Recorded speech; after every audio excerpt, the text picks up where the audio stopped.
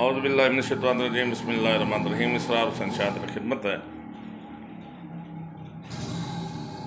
شوہر اور بیوی ایک ہی گاڑی کے دو پہیے ہیں۔ اسلام نے ان دونوں کے حقوق بھی بتائے ہیں اور فرائض بھی بتائے ہیں۔ شوہر کا جو حق ہے وہ بیوی کا فرض ہے، بیوی کا جو حق ہے وہ شوہر کے لیے ادا کرنا واجب ہے۔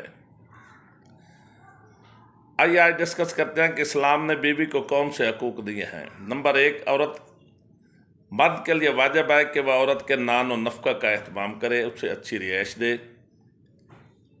ہمارے ملک میں 4 موسم ہیں، تو ہر موسم کا کم از کم اگر وسائل اجازت دیں تو ایک لباس کا لے کر بیوی کو دینا مرد پر واجب ہے۔ نمبر 2، مرد کے لیے واجب ہے کہ وہ حقوق زوجیت پورے کرے۔ ایک بات کا خیال رکھے، حقوق زوجیت اور ہوتے ہیں، حقوق مباشرت اور ہوتے ہیں۔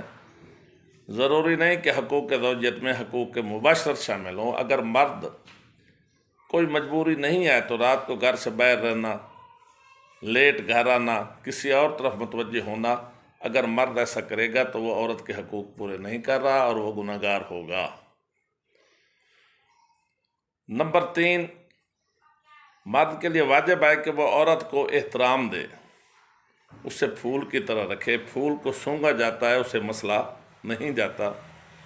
عالمین کی رحمت کا فرمان ہے کہ میری امت پر واجب ہے کہ وہ یتیموں اور عورت کے ساتھ نیک سلوک کرے، اسے بات بات پہ گالیاں نہ دے، اسے مارے نہیں، اس کی عزت و احترام کا خیال رکھیں۔ مومنین سے اپیل ہے کہ بندہ ناچیز، بندہ کے والدین، بندے کے بچوں کو اپنی دعاؤں میں یاد رکھنا۔ والسلام۔